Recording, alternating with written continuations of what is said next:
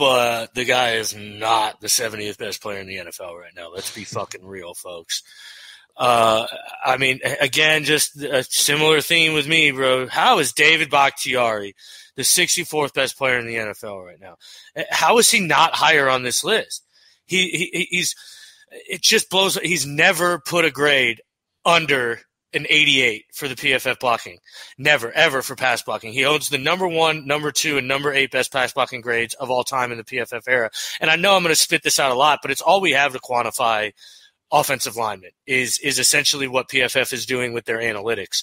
So it's really tough to use anything else. Like Wayne mentioned, they don't get a lot of fanfare, and I get that. But I mean, in this day and age, we got a lot of ability to grade them, and these guys just need to get more respect. Quick note on the quarterbacks, I would not want Tannehill over either Kyler Murray or Josh Allen. Tannehill's not on this list. Or he shouldn't be. He shouldn't be is what I'm saying. Okay, I was going to say he is. Yeah.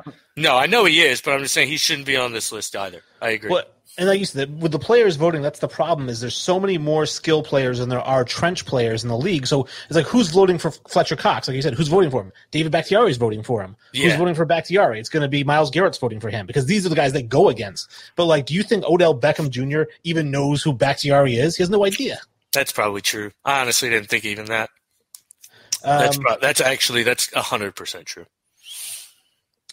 Getting into 60 through 51, we're almost to the halfway point here. Logan Ryan, Odell Beckham, speaking of the idiot, Kirk Cousins, Devontae Adams, DeForest Buckner, Zach Martin, Stephon Diggs, Marcus Peters, Chris Jones, Todd fucking Gurley at 51. I mean, the guy averaged 3.8 yards per carry last year. Todd Gurley is still on a stationary bike outside the Super Bowl, just trying to warm his legs up. But yeah, he doesn't belong on this list, and I can't believe he made it. Yeah, I don't know what's going on there. That's just laughable. I mean, fuck, the guy doesn't even have a knee. I mean, there's a lot wrong with this little bit here, too. Chris Jones at 52. That boy just got paid by the Chiefs. And Sully, I know you love Chris Jones. This boy is definitely a top 3 interior defensive lineman. He lives to collapse the pocket, and he's 60? 52. 52, yeah. Which makes Fletcher Cox even more criminally underrated to me. I'm going to preach this a lot. Chris Jones, hey, guess who's number 3 in pressures from the middle? It's Chris Jones. And we all know number 1 is Aaron Donald. And that bad man is all the way up. It should be number 1, but he's not. And yet number 2 and number 3 on the list are at 73 and 52. And they're not, granted, they're not Aaron Donald. Bro, these boys are a tick less dominant. They're still equally as dominant football players. They're still incredibly, incredibly disruptive football players. And the fact that they're there just is insane to me. Stephon Diggs ahead of Devontae Adams makes me want to choke out everybody in the NFL.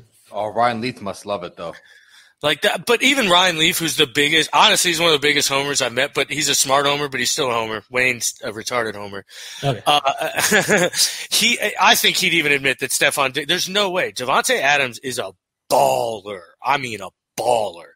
And he should not, that's disrespect to put Stephon Diggs in the same breath as Devontae Adams.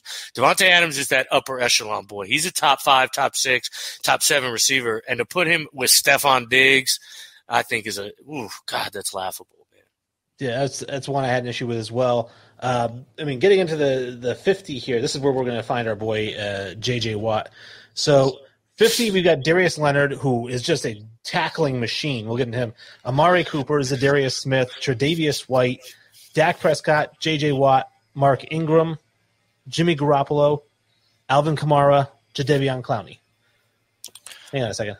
I don't like Jimmy G right there. I think Jimmy G is a guy that we saw go far into the playoffs last year, something that I don't think belonged being that far. Certainly can't complete passes very well. So looking at the quarterbacks that we've seen and talked about so far that have been on this list, I'd have at least 2 or 3 of them ahead of Jimmy G.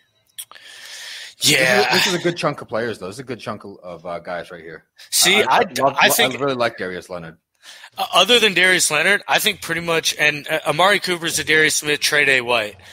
Other than that, I think every one of these guys should be a lot lower, and this is where we should start seeing Fletcher Cox, and the offensive lineman, Ryan Ramczyk, David Bakhtiari. I think this is when we should start seeing those guys. I don't think like a DeForest Buckner should be in there, things like that. Marlon Humphrey should be in there right here and things like that. I don't like this list. I'm not going to lie. I don't like Mark Ingram at where he is. I don't like Jimmy G where he is. I don't like Jadeveon Clowney where he is. I don't like Dak Prescott where he is. So I think all those guys can essentially be kind of swapped for the other guys we've been talking about, to be honest with you. Who has a worse year in 2020, Jadeveon Clowney or J.J. Watt? Watt. He's going to get hurt again. I mean, it depends too where Clowney signs. At least that's what I mean. I think on a team. At this point, I got to go Watt because I mean he's on a team. Although it does look like Clowney may be going to your boys, but who knows?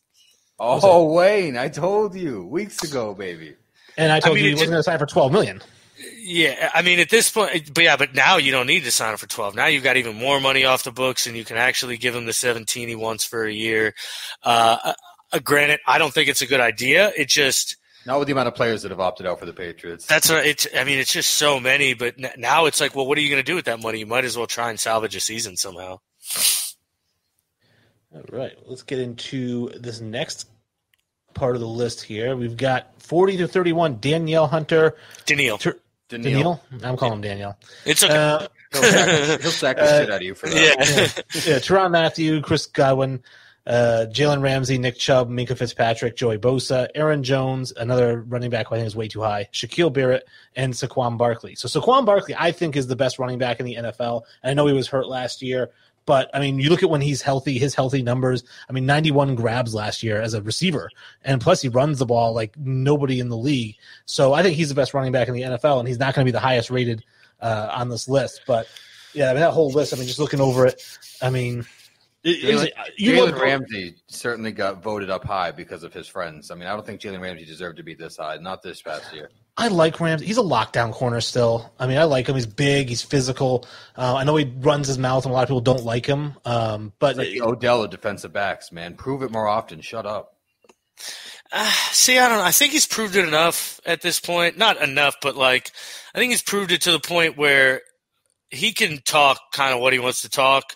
And, I mean, yeah, I think it's a tad high considering what he did last season. If we're basing it off last season, he doesn't belong right there. Yeah, but at the same time, I think like talent-wise, I mean, if I'm building a team, there's not many corners I'm going to take ahead of Jalen Ramsey. So that's why it's tough to kind of gauge where you should – him especially where you should put him on this list. Now, again, as a Buccaneers fan, and I know you love is it Godwin? Is it? Chris Godwin. Godwin, okay. I know you love Godwin, but is he better than Devontae Adams? Yeah. I think so. Now, again, that's probably just my homerism coming in there. But so I have tiers, which is much easier, I think, to do than who's – because, let's say because right now I have Godwin at 6 and I have fucking Devontae Adams at 7. So, Strikeout Beer, what's good, fam? So it's like, are you really kind of like, yeah, I think Chris Godwin's better, but it's by one spot. Let's be real. I think they're the same tier of player. I think they're both elite receivers who do kind of the same thing. They both excel at route running and attacking the ball at the high point in the catch and things like that and have incredible hands. So my biggest issue with this list was Levante David, but I didn't want to get into it because I sounded like a homer. But you're not going to tell me a guy who grades out at 90 in coverage is not a top 50 player. So, Wayne, how many touchdowns did Aaron Jones have last year? Aaron Jones had 16 touchdowns rushing, but he only had 1,000 yards rushing. So I think that this is just one of those situations, gets down to the goal line, let him punch it in, like LeGarrette Blount having 20 touchdowns in a year. I knew you were going to compare him to LeGarrette Blount, but it's just not the same. I mean, I think he's better than Blount. 6 scores in one game. Yeah, he's better than Blount, but he's also just – those touchdowns aren't like a Barry Sanders 16-touchdown season. Yeah, I mean, they're not empty, but he's also never going to be the guy Barry Sanders was. Well. See, I think Aaron Jones is criminally underrated. I love the guy. I'm a big Aaron Jones fan. I think he does kind of like everything well. So, he catches the ball really well. He runs the ball really well. So, I don't know. I'm a huge fan of Aaron Jones. I'm not going to lie. So the next section, we get another one of Dan's guys here. Mike Evans, Quentin Nelson, Richard Sherman, Jamal Adams, Von Miller, T.J. Watt, Ezekiel Elliott, Cameron Jordan, Tyreek Hill, and Dalvin Cook, who I had a huge problem with being at 21 because I do not think he's the best running back in the NFL. I know he's not the highest on the list, but to me, he's a guy who should be in the 60s or 70s. Every running back should, but Quentin Nelson is the best guard in the NFL. Quentin Nelson's one of the best players in the NFL. Him not being in the top 10, I think, is a joke, too. Just to be clear, PFF has Quentin Nelson rated as their 5th best player. Or 4th best player. Best player. Yeah, best player. Their 4th best player going into 2020. Quentin Nelson is number 4. So, and I think we all agree that PFF has a little better analytic department and probably makes a little better decisions than NFL players just picking their own guys. But so I think he's a big whiff. Obviously, the Richard Sherman one is a joke. Honestly, I mean, I may have Jamal Adams a little higher, and then T.J. Watt. I don't know how he's not higher. Every time I watch him, he's disruptive. He's violent. He's progressively gotten better every year. And for him to just not be in the top 20, I think just kind of rubs me the wrong way a little bit. But I understand it. I really do. But like, he should definitely be ahead of Dalvin Cook. Dalvin Cook shouldn't be in the top 50. So. Now, the Strikeout Beer guys here say that Jamal Adams has had some injury issues the last couple of years. And I guess when you're doing the list, I guess you're assuming health. Like, everybody's going to be 100% healthy, which may account for why J.J. Watt was so high. But sorry, I didn't mean to laugh like that. Oh, that was funny. Von Miller is a guy on this recent section that caught my eye because I'm sure he's still a pretty productive player, but a top 20 NFL player right now. Well, I got to address Strikeout Beer real quick here, guys. So what year did he have his injury history in? Was it 2017, his rookie year, where he played all 16 games? Was it 2018 where he played all 16 games and made the Pro Bowl? Or was it last year where he played 14 games and was an all-pro player? I can't really figure out where you're saying he misses a lot of games here, guys. I had him for 12 games last year. The PFF has him at 14. Oh, I don't know. Or Pro Football Reference has him at 14. So with 7 pass deflections. All right. And 13 quarterback hits from the safety position, which is bonkers. I didn't realize that. Holy shit. I also have Tyreek Hill at 12 games. Maybe he missed some time, too, for beating up his kid. God, you're so savage. We got 20 through 11. We got Deshaun Watson, Khalil Mack, Travis Kelce, Nick Bosa, Aaron Rodgers, Chandler Jones, Tom Brady, Bobby Wagner, Drew Brees, Julio Jones. So now we're getting into like the really big name guys here. And I mean, just my first instinct when looking at it, I was like, okay, Deshaun Watson, 20, all right, I can deal with that. Travis Kelce at 18, they had 97 grabs for 1,229. He's the best tight end in football. Except I don't understand. They have a tight end in the top 10. Yeah, except he's not. That guy George Kittle's the best tight end in football. I think Kelsey's better than Kittle. Bro, I don't want to have this. All right. So George Kittle is, for one, does everything Travis Kelce can do as a receiver, and he will maul you on the fucking line. Absolutely maul you, bro. And that's where I think he's Gronk. He's actually baby Gronk, not Travis Kelce. Travis Kelce's he's a poser. He's Tony Gonzalez, which is fine. I'm okay. He's a monster. He's fantastic, but he's not the best tight end in the NFL. Tight end is still an inline position, and George Kittle dogs dudes in the blocking game. We're going to be a broken record here because we're going to continue to ask, is this projection or is this based on last year? Because right here in this quarterback grouping, Tom Brady and Aaron Rodgers did not have a better 2019 than Deshaun Watson. No, they didn't. And not only that, but is Tom Brady better than Aaron Rodgers? No, not even close. What? What question are you asking? Last year, this coming year, career-wise? This coming year, right now, 2020, Tom Brady is not as good as Aaron Rodgers. So you got yourself another bet right there because there's no way that Aaron Rodgers puts up more stats or wins than Tom Brady. I'm not taking that bet. I picked Aaron Rodgers to be my MVP this year, so I'm not taking that bet. So this isn't the Wilt Bill Russell debate, but I think this is a talent versus kind of greatness debate at this point. Aaron Rodgers is more talented than Tom Brady right now. I will give that. I think Tom Brady's a better quarterback, but Aaron Rodgers is more talented. So, I mean, I guess we can go there. Brady has the better toys and weapons this year as well. Julio Jones at 11 is ridiculous. Absolutely ridiculous. I think he should be higher. I get it, but I get why they have him lower, but I think he should be higher.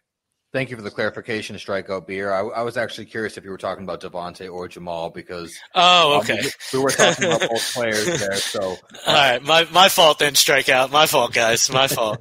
Well, because we were just talking about Jamal, but that's my apologies, boys. I almost asked, but you seemed to be ready to just tear into him. So because that one didn't make any sense to me. I was like, wait a second. Jamal Adams hasn't missed a game. Yeah, like the guy hasn't missed a game. So Strikeout's like, not that fucking guy. Yeah.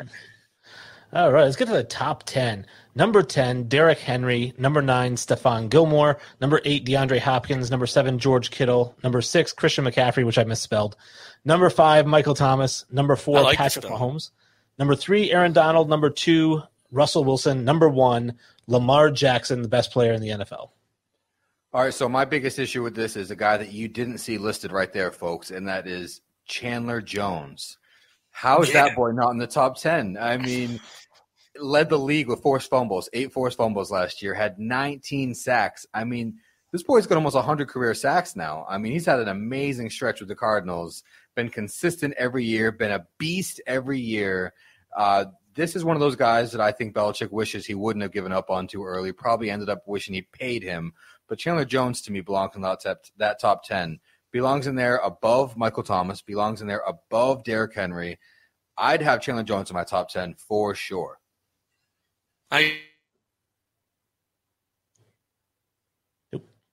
Quick freeze here on Dan. Let's see. He should come back in a second. This happened earlier, too. Hey, there he is. Yeah, just had a quick freeze. All right, go ahead. Yeah, I agree. I heard everything you said, but I agree. I think Chandler Jones is ridiculously underrated. He should definitely, I think, be a top 10 player in this. The biggest laugh is if you make a list where Aaron Donald isn't your number one player, it's not a right list. Where it's just going on pure talent, it's just not a right list. I'll never get behind it. Also, if Patrick Mahomes isn't your number one quarterback, I can't get behind it. So, but I think that's where they truly messed up. I think that's just, Lamar Jackson he's not the best player in the NFL. He's not. Yeah, they had 2 chances to get number one right here, and that was with either Aaron Donald or Patrick Mahomes. Give us either the best player on the defensive side of the ball or the most versatile and fun guy on the offensive side of the ball, and you gave us neither. Lamar Jackson's a fun dude, but not the best player in all the NFL. I don't care what award you just gave him. No. Well, I think, Patrick Mahomes, maybe he missed out on the fact that didn't he have like a knee injury, so that sidelined him for like 2 games. He came out in the first quarter, and he had another game he missed. So I think if he plays a full healthy season, he probably throws for 5,000 yards again. So, yeah. It's one of those things where maybe guys just looked at the stats. Again, these guys who don't know anything, like, I guess, whatever. Lamar Jackson, because he played the whole season. We saw him win the MVP, so we're going to vote for him. And by the way, I think Lamar Jackson could be the best player in the NFL in a couple of years, but after one season, I'm kind of, whoa, pump the brakes with it. I have no problem with the top 10. Derrick Henry in that top 10 is rough for me. Is he the best running back? Like, if you were making a list of these players, is he going to be the first running back that ends up there, or is that going to be Saquon? No, Christian McCaffrey's at 6, which I think he should probably be at 10, and then put Chandler Jones at 6, and I don't hate the list, honestly. And then I think I like it a little more. At least for the top 10. But, like a guy like Anthony Harris didn't even make this whole fucking list, bro, and he was an all-pro safety. He didn't even make the top 100.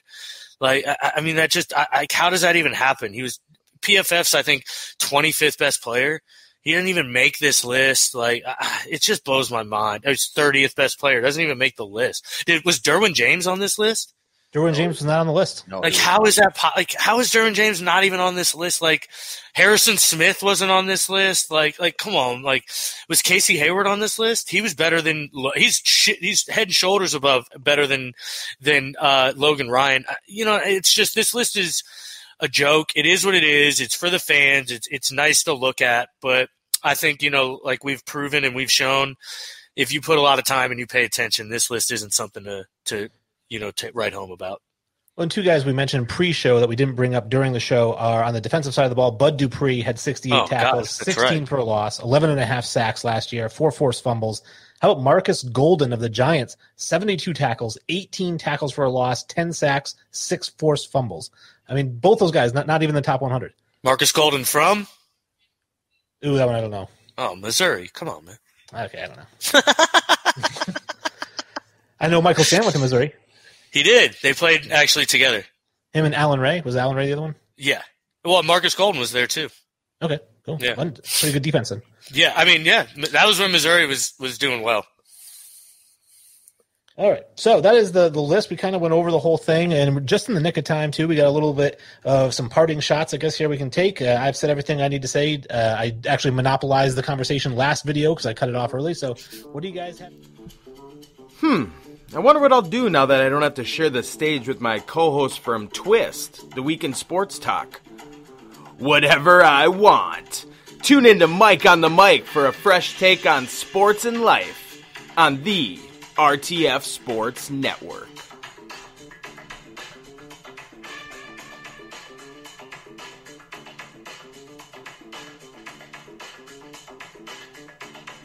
You want sports talk? We got your sports talk.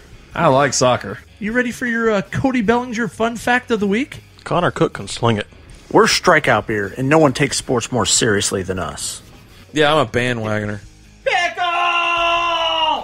I am FIFA Dave. Check out Strikeout Beer live Wednesdays at 7 p.m. on Facebook, YouTube, Spreaker, RTFSportsNetwork.com, and catch the replay anywhere you listen to your podcast.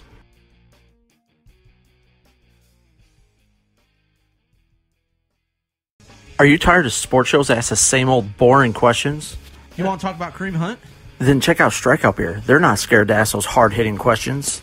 Well, what'd the 65 Browns do without music? Can I say balls? Did you poison me? Does it slide on? Does it twist on? You don't know.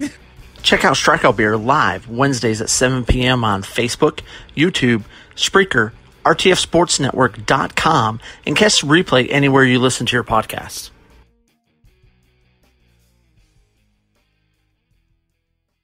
Video calls, meal planning, raising little humans. I don't have time to research tires.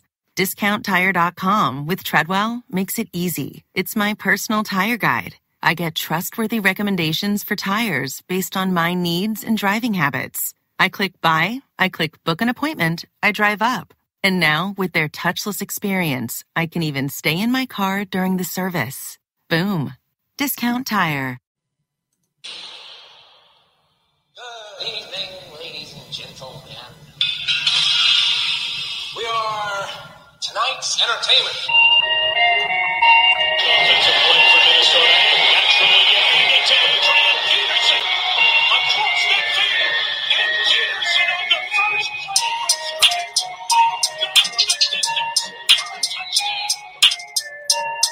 play. Welcome in to Mike on the Mic. Episode 12. We're just flying by. 12 episodes already. GBG? That's right. Episode 12.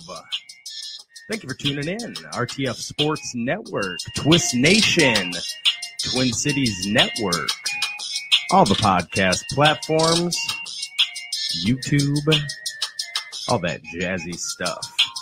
Got a great show going on for you. Lots of sports. Maybe not baseball for long, but plenty going on. Michael Buckheister taking a look. Mike says, Mike check. Mike like Mike. Yeah, buddy. So we're switching it up today a little bit. We're gonna get into some sports, but I really want to get into Would You Rather to kick off the show. So we've done this the past few weeks. And I don't read this stuff. This is all off the cuff. All right? Would you rather? Would you rather only be able to use a fork, no spoon, or only be able to use a spoon, no fork? Well, I don't eat cereal or kids' meals or bullshit like that. So I'll be a man. And I will pick fork because that's what men use to eat steaks with. Would you rather every shirt you ever wear be kind of itchy or only be able to use one-ply toilet paper? Well, I don't want itchy shirts because I'm not shitting all day. I wear shirts mostly all day, and I've gone without toilet paper before. I just hop right in the shower and clean up. So I'll choose one ply of toilet paper. Would you rather? Let's see. Oh, we got some comments flying in. We are a live interactive show, so feel free to chime in, and if I feel to chime back, I will. Would I rather eat bacon or sausage, you ask? Sausage. Love it. I'd rather have sausage, too, even though I do love some bacon. I'm just a meat guy. We got a bunch of forks, single ply for sure. Who the hell wants to walk around just itching their shirts? Then you just look like you got something wrong with you. People are asking questions. You know, one ply, you're right. You just fold it over. Then it's two. It's simple math, people. Simple math. All right. Would you rather wear a wedding dress / tuxedo? For my viewers and listeners, it's probably mostly tuxedos, but for you women too, wedding dresses every single day or a bathing suit every single day. Well, I'm not James Bond, and I do love the beach. So let's get that bathing suit out, huh? Let's get some sun. Let's get some tanning going on. Would you rather have all dogs try to attack you when they see you or all birds try to attack you when they see you?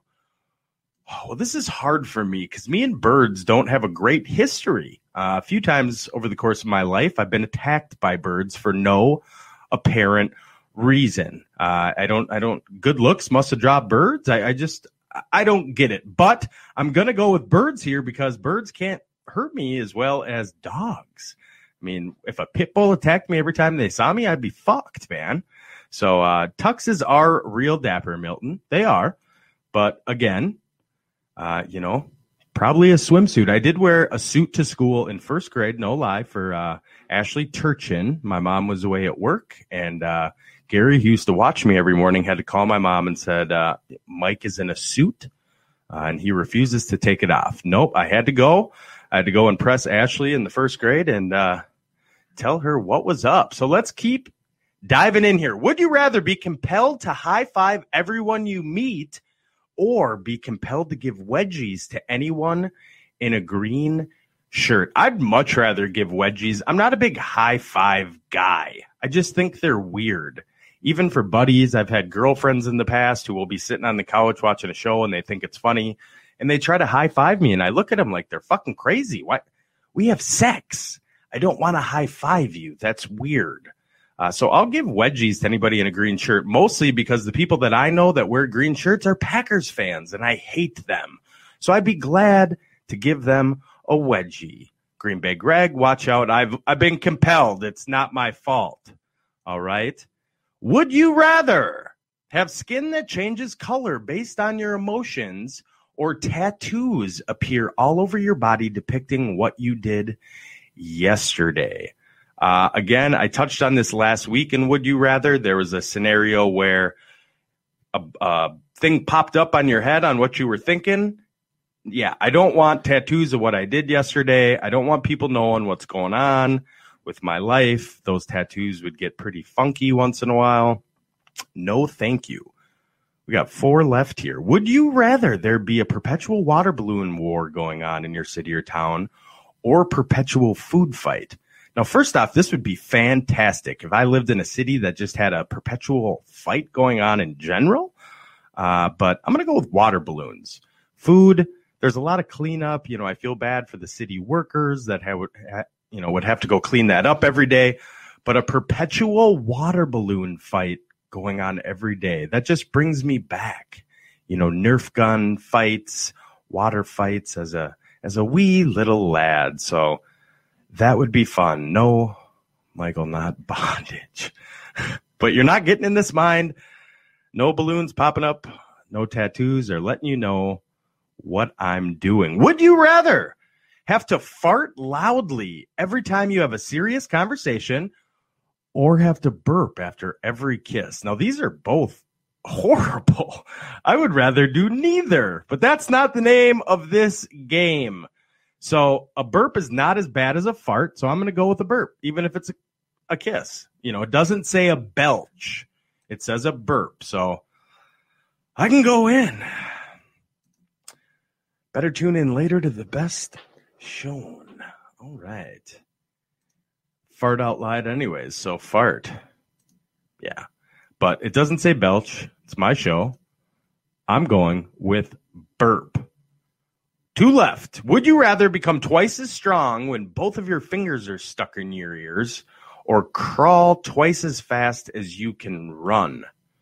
I have to read this again. Would you rather become twice as strong when both of your fingers are stuck in your ear? So what can you even do? I'm twice as, okay. So I could still really beat the hell out of somebody with my right with 2 left fingers in my ear. I'll just crawl. This is weird. I don't like this one. I'll crawl twice as fast as I can run.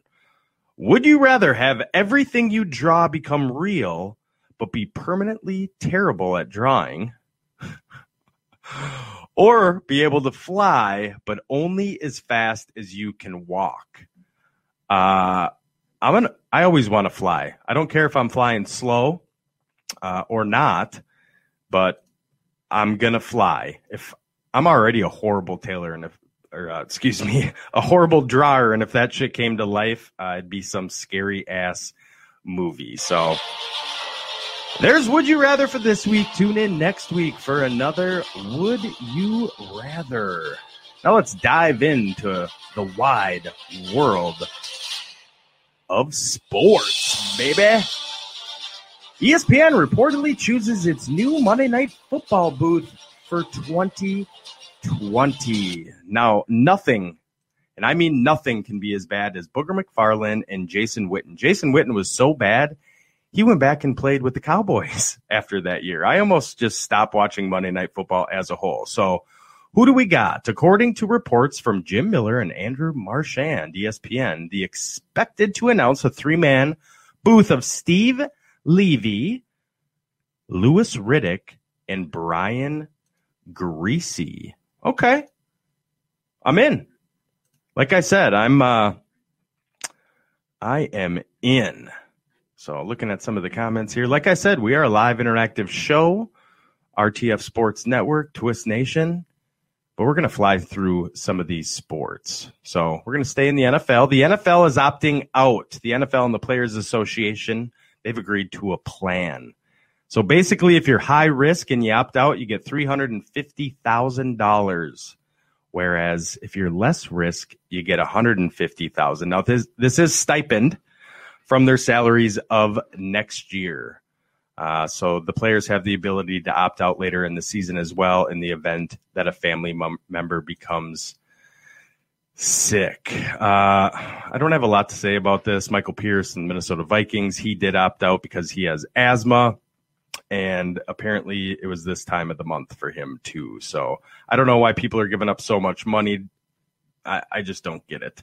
Bill Belichick, he's just got everybody opting out. Another cheat scandal going on there for the Patriots. Top 100 players of 2020. NFL players cast their votes to identify the best in the league heading into the 2020 NFL season. So I'm going to give you a breakdown of the top 10. Again, this was done by NFL players. Now, the biggest thing is number 4. So Derrick Henry at 10. Stephon Gilmore at 9. Okay. DeAndre Hopkins at 8. Okay. George Kittle at 7. Okay. Run CMC at 6. Can't guard Mike at 5. Patty Mahomes at 4. Now here I'm smelling a little jealousy with the players. Pat Mahomes, 4. Aaron Donald, 3. Russell Wilson, 2. Lamar Jackson, 1. Lamar Jackson hasn't done shit to be able to be number 1 out of the top 100 players of 2020. He had a great season. Don't get me wrong. Fantasy, love him. But he still makes me nervous. Injury prone, could happen when you're running around that much. Patty Mahomes is just, he's shaped from God. He's God's creation. So he's definitely number 1. People are just pissed that he just signed a $500,000 contract. And apparently joined ownership group of Kansas City Royals. What a segue. Here's a Royals press release. The Kansas City Royals today welcomed the newest member of the team's ownership group, Kansas City Chiefs quarterback and Super Bowl MVP Patrick Mahomes. Very proud and excited to have Patrick as a partner in the ownership group of this franchise. I bet they are. He's staying there for a decade at least. So you might as well bring him on board, have him on the Kansas City Royals ownership. His old man pitched for the Twins back in the day, my ball club, so he does have a baseball background. MLB commissioner warns of shutdown if coronavirus isn't better managed. Should another outbreak materialize, Manfred, who has the power to shut down the season, could move in that direction. Networks broadcasting MLB games have been alerted to look at possible alternate programming after the weekend. We just got sports back, and it might already be gone. The bubble is working. The non-bubble is not. They will play. I hope so. I hope Roger Goodell is taking a good look at what's going on in the major leagues and jotting down some notes, because who really cares about baseball? It's all about the National Football League, fantasy football, betting. And if that goes down, you think the riots in Minneapolis were bad? Oh, shit. There's no NFL. I'm bringing it on again. Let's go over to the basketball courts. Magic's Jonathan Isaac stands for the national anthem as teammate opponents kneel. In June, Isaac was asked about the protests following the police-involved death of George Floyd. He said, just because we are in the position of being an NBA player, it doesn't give us automatically an understanding or insight to issues that happened around us. But I think because we have the ear of so many, it's important for us to be diligent, to be vocal, but in a balanced way. Now, I love this. He's going to stand. He doesn't need to kneel because everybody else is doing it. He wants to be diligent and vocal, but do it balanced. He doesn't need it to be all up in your face, doing all this other shit. So hats off if I was wearing one to you, Jonathan Isaac. Kyrie Irving's been on my show before, mostly for being a dipshit. But this week, he did commit $1.5 million to help WNBA players who choose not to play this season. The money will come from the newly launched KAI Empowerment Initiative. So basically, I don't think he's donating shit. It's coming from KAI. The top annual salary in the WNBA is just over $200,000. Little quote from Kyrie: whether a person decided to fight for social justice, play basketball, focus on physical or mental health, or simply connect with their families, this initiative can hopefully support their priorities and their decisions. So good for you, Kyrie. Michael Phelps and son Boomer, age 4, team up with Paw Patrol to teach kids about water safety. Now, I have 4-year-olds, and they're just moving past the Paw Patrol phase, but you think we didn't watch that shit? Oh, we did. Paw Patrol, they're on a roll. The former competitive swimmer, 35, and his 4-year-old son in a new PSA alongside Paw Patrol's water rescue pup, Zuma, to teach kids all about staying safe while in the water. Water safety has been a priority in my family since I was a child, as my mom was adamant that my sisters and I learn to swim for safety purposes. Hell yeah, good for you. Good for you, Michael. Well, no more sports stories. That's all we got for regular sports. But I like to keep it local here on Mike and the Mike, Minnesota-based show. We talk national. We talk local. This is my favorite. Redrafting the 2015 NFL draft. So I do want to flash back to last week's show when I did a Madden breakdown of the ratings where Danielle Hunter was an 89. It was blasphemous. I sent an email to Madden right after my show, basically telling them all to fuck off. So via Bleacher Report, redrafting the 2015 NFL draft, the Tampa Bay Buccaneers select number 1 overall, Danielle Hunter. Okay. So on a redraft via Bleacher Report, we got Danielle going first overall, but Madden wants to give him an 89. Okay. Making sense of Kevin Garnett's ownership bid. So Charlie Walters of the Pioneer Press indicates Garnett would have an abundance of power over basketball operations in the organization. Garnett would surely want to bring in his own guys, which means Gerson Rosas era, trust the Rosas, would be over. It'd be a complete rehaul. He would have a vision for the roster. So there's a role here for KG, but I don't like that. Vikings, Michael Pierce to opt out of the 2020 season due to respiratory issues. I did touch on this briefly. Pierce told the Pioneer Press, due to the coronavirus pandemic, I will opt out as an NFL high-risk case. The 6-foot, 345-pound bowling ball Pierce signed a 3-year, $27 million free agent where he left the Ravens. As far as I'm concerned, you can go play for that purple. Stay out of our purple, you douchebag. Delvin Cook reports to training camp on time. We can all calm down. Calm down, everybody. There was a lot of speculation that he wasn't coming. We all knew that he was. Hi, Abby. Getting a little lippy today. I am lippy. If you tuned into every show, Twist, our parent show, and Mike on the Mic, that's just what I do. I get lippy and testy and moody because people piss me off. And Delvin Cook, he almost made the list, but he did report. Minnesota center Sylvia Fowles becomes WNBA's all-time leading rebounder. Fowles, 34, opened the WNBA season on Sunday with 18 of those bad boys, leaving her just 7 short of the record. She got her 7th rebound with 3.9 seconds left in the second quarter. That gave her 3,357 rebounds in her career. So good for you. Good for you. I'm proud of her. But that's all I got for keeping it local.